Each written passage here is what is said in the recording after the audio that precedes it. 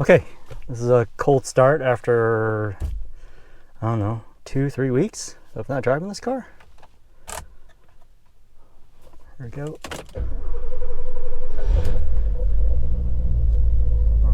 That took a little bit longer than it should have, maybe. Turn this off.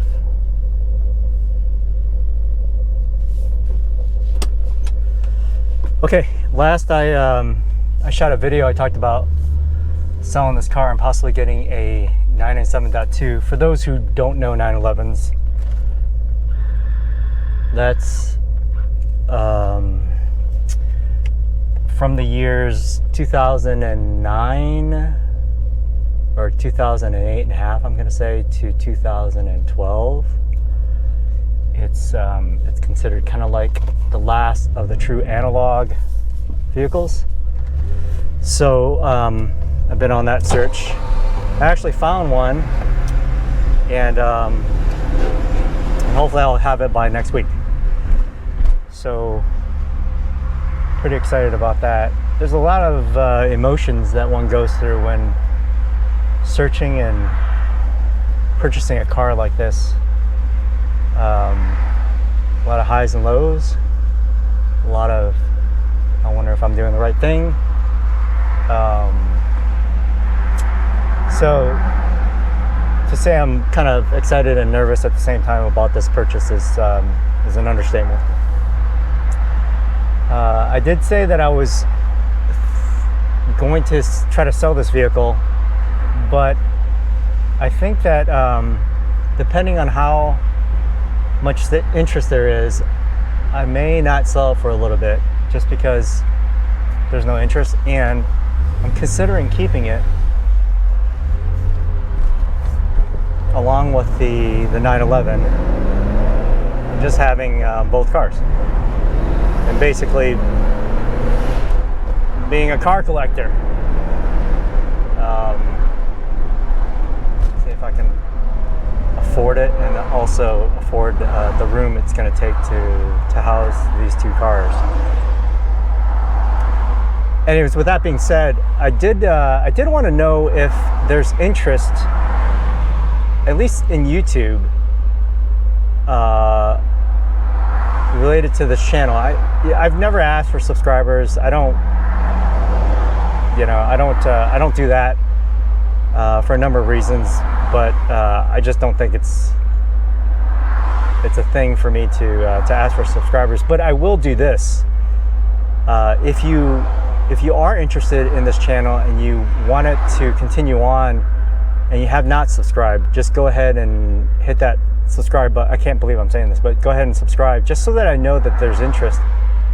Quite honestly, if there's zero interest and I have the same subscribers that I've always had and just have one or two every couple of weeks or something like that, that does come into play as to whether I'm going to keep this car or not. And I say that in the opposite.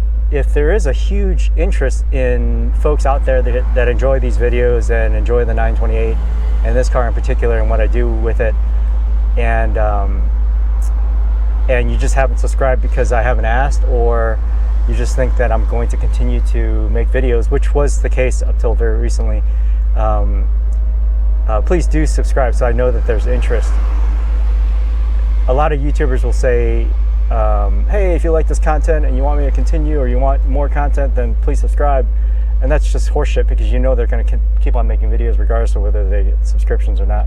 But quite honestly, that's an honest statement here. If there's zero interest with this car and this channel, my plan was to not continue it and switch over to making a channel for the new 911 that I'm going to be getting. It's going to be called OCD 911 or OCD 997.2, and I'll just stop making videos on this channel. I don't know how to link it. I'd like to somehow, get credit for that, all the subscribers I did get, although it's not that much on this channel. But again, I was going to just start a new channel. However, if there's all this interest with this car and this channel and the way I present videos or whatever, I'll generally get better, by the way,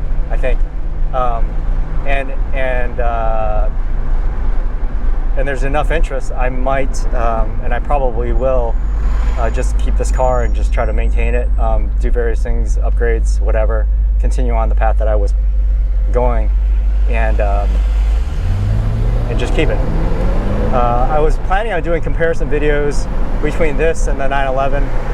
I can almost guarantee you there's no such thing out there on YouTube, just because there's nobody that has these two cars that, well, I'm not saying that. There's plenty of people that probably have these two cars, but that have a YouTube channel that's putting out content that could do a comparison video. So I was planning on doing that. I thought that would be kind of like interesting. A lot of the videos on the 911, they talk about it being very analog and, you know, the hydraulic steering and this, that, and the other. And they're coming from modern cars. Well, I'm coming from a 1985, very analog, very manual type vehicle to a 2009 911, and I'd like to just see how organic or what do they call it, naturally aspirated slash unassisted analog type of vehicle that is in comparison to this one. I want to say it's going to probably feel not as analog and not as raw. The other thing that's kind of interesting is when you start comparing different cars in that model line, like the 996, the different generations of that, the different generations of the 997. You know, they talk about horsepower, the basic Carrera and then the Carrera S. And like the base Carrera in a 996 is like 325 or something like that. And this car is like 310. And so I'm always like, you know, this car is incredibly spec'd for its age. A 1985 with 310 horsepower with a little over 3,200 pounds of weight. You know, 50-50 distribution. I have limited slip. With all its features, it's like, it's amazing that they did this in 1985. Where, you know, I'm looking at vehicles in the 911 model line that's from what, 2005, 2004, and the 986 all the way up through 2012, and you know, you're looking at base Carreras at 325, and then in the 997.2 it's like 350, and then for the Carrera S, which is the one I'm looking at, it's like 385 for the 997.2. Anyways, my point is that this car is still pretty impressive, and I'd love to see how it compares in terms of a driving experience after the honeymoon phase is over with the 911 with those two cars. I think it's kind of just interesting, and I think to a certain degree I want to validate what I've been experiencing with this car with the 911. Like, I actually look for and try to get the 911 that I had owned before in the past and sold. It was a 1988 911 Carrera, and I regretfully sold that vehicle. And I would have loved to have been able to compare those two cars, or this car and that car. But the person I sold it to never responded to me. I think I offended him. I've tried several times over the last 10 years or so trying to get that vehicle back, and at one point he was willing to sell it to me, but then I kind of lowballed him inadvertently, and I think he was just pissed off at me. So again, if you do have an interest in this car and this channel in particular, and you have not subscribed, and you want to see more videos of this type featuring this car, go ahead and subscribe. No promises, but again, I think if I have a huge uptick in subscriptions, I think that's going to weigh heavily on my decision to either sell this car or not sell this car. mean, it still drives incredibly well. That's the thing. I just want to drive the other car and see either how much better that car is or how good this car is in comparison on these same exact roads. I think that would be very interesting, to say the least. So anyways, that was the purpose of this video. I suspect a lot of viewers who follow this channel probably suspect that I was going to sell it and I wouldn't make any more videos, and that was more or less the plan. But like I said, I kind of been toying with the idea of keeping both cars and being like starting my car collection career, if you can call it that. The other thing I'm going to rant a little bit about is YouTube, or our YouTubers in general. The thing I can't stand is every video starts off with them talking to the camera. It's like unbelievable. And then they always have an intro. They start off with something. They have this long ass intro that you don't want to. Who cares? Who cares whether you spent money or worked really hard on some intro of your brand? It's like, I don't want to see that for the next 10, 15 seconds. And then it's their face. It's their face talking into their camera as if like we've been waiting to hear from them. And it's like, no one's been waiting for you. Just get to the subject line of your video. Like, get to what you're going to be featuring. And it's not your face. It's not you or your face. I'm sorry. Unless you're like, I don't know, like a model or something, which they're not. And then the other thing that gets me is like they refer to their channel as the channel name. Like, hey, this is, in my case it would be like OCD 928. It's like, no, you're a freaking person. Just refer to yourself in either the first person or your name. Like, you're not a brand. Even like the most, ex people who have like, millions of subscribers, they don't refer to their channel as like a persona.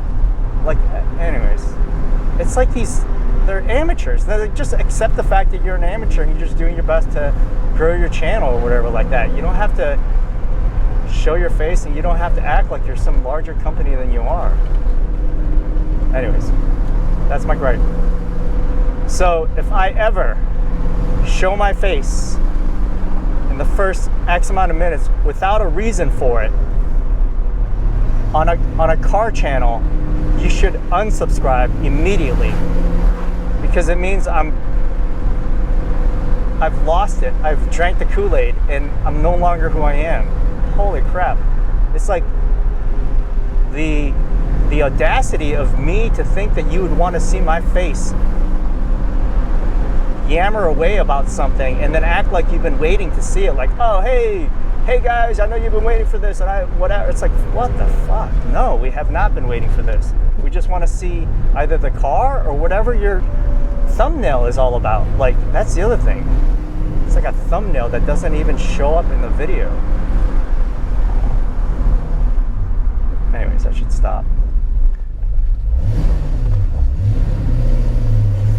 The car's been great thus far since all my recent whatever fixes. Oh, shoot, I actually don't want to go in the dirt because it's so clean. Oh, I gotta turn around now. Anyway, so in terms of the car, it's been, like I said in the last video, it's like my first, kind of time when everything is kind of dialed in, everything is working more or less, none of the major things. Prior to me thinking about getting the 911, I was going to do a top end refresh, whatever that is. It's a pretty major thing. I see it on Rants lists all the time. So I was going to do that. I think it's like, more or less as major as the timing belt and the water pump and all that I did last winter. So I'm right in the apex of a corner. So I was going to do that, and I may still do that again if I keep this car and continue on with this channel. I do have big plans for my first video on the new channel featuring my 911. I've actually video log quite a bit of the whole buying experience, the search. You know, I flew out to New York to check out the car. It was just a quick one-day trip out, and then the next day I flew back, which was a really interesting experience. And I want to compare that to my experience in buying this car, which was somewhat of a mistake in terms of how I handled buying this car. Is basically sight unseen, and the experience I had with that dealer, and I think I've learned a lot from that experience so that I wouldn't make the same mistake on the 911. So I wanted to share those experiences and insights for anyone else who might be interested in buying a similar car in either the 928 version or the 911 version. The other thing that's kind of like interesting is, like, depending on your searches on YouTube, you'll start getting a feed from the algorithm, and it's like you think there's an uptick in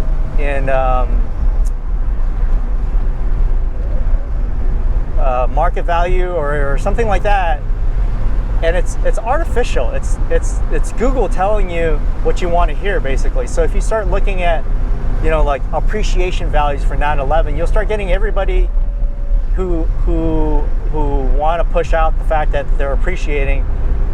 You'll get all those feeds thinking, and then that'll bias you to think that that there's this increase in value and everybody wants it.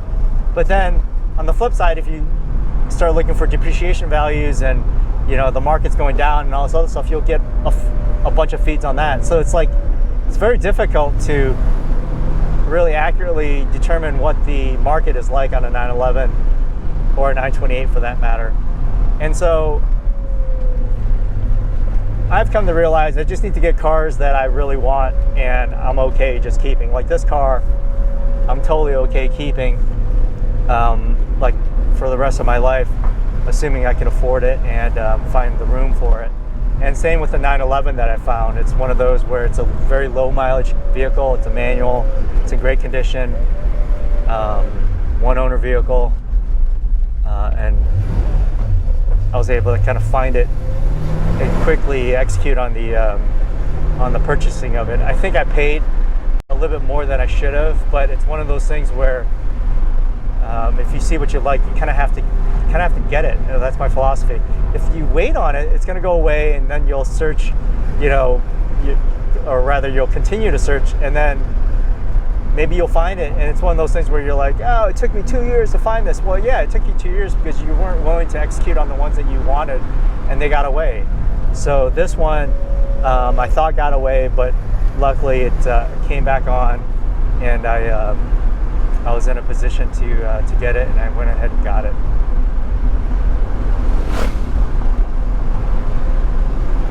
So, but then after doing that, you have a bunch of like, oh, did I spend too much? You see other people talking about how much they spent on theirs. But that was like 3 years ago. So you're just like, I don't know, I have no idea. The other thing that gets me is like, for every one American YouTuber featuring a 911, just a basic 911, you have like 5 or 6 like British ones or from the UK. And it's just interesting. I just find that like we don't have enough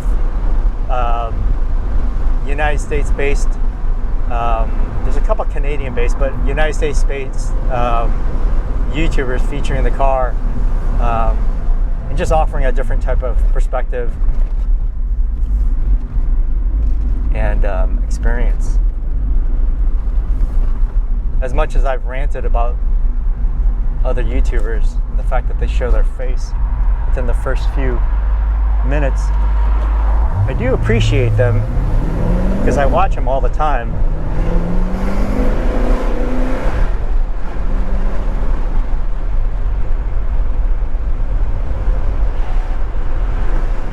I just don't like looking at their face.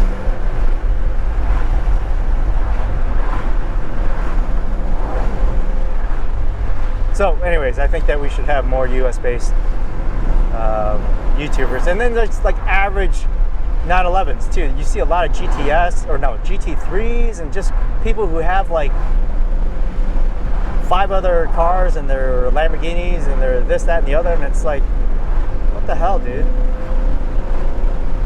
It's almost like you're in a different world. And I'm sure there's folks out there that are saying like, well, I couldn't afford, like a 911 that I'm purchasing, and I didn't think I could afford it either. I probably can't afford it, but like, I want to say I'm about as average as one could get in terms of like, for California, Northern Cal, in terms of like my income and perspective on things and what I can get and what I can't get, except for this 911.